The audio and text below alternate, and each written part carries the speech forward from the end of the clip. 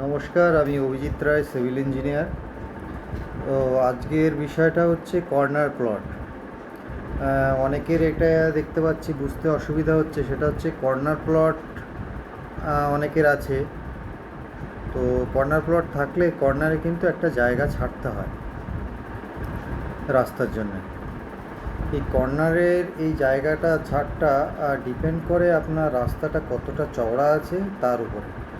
এবার রাস্তার চওড়াটা যদি 3.5 মিটারের সমান বা নিচে হয়, তখন আপনাকে কর্নারে 1.2 মিটার আপনাকে ছাড়তে হবে, অর্থাৎ 1200 কর্নারে ট্রায়াঙ্গেলের মতন করে ছাড়তে হবে। আর এটা যদি 3.5 মিটারের বেশি হয় যদি রাস্তার চওড়াটা, তখন আপনাকে 2.5 মিটার কিন্তু ছাড়তে হবে। অর্থাৎ কর্নার প্লট থাকলে কিন্তু আপনার জমিটা ছাড়তে হবে। এখানে প্রায় ধরে নিন, যদি 2.5 মিটার হয় তাহলে প্রায় 30 স্কোয়ার ফুটের মতন জায়গা ছাড়তে হবে।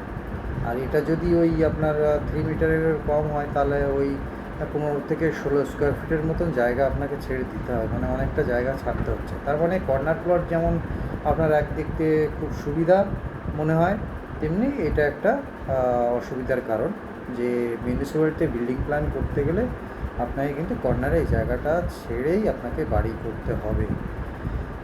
এটা কিন্তু নিয়ম। তার মানে এই নয় যে প্ল্যান পাস হয়ে গেল, আপনি তারপর বাড়ি করার সময় কর্নারটা আবার ঘিরে নিলেন, না, তাও কিন্তু চলবে না। আপনাকে যেমন বাউন্ডারি দেখানো আছে, বাউন্ডারিতে যেমন প্ল্যানে দেখানো আছে বাউন্ডারি, ঠিক তেমনই করতে হবে। তো এটাই বলার ছিল। নমস্কার।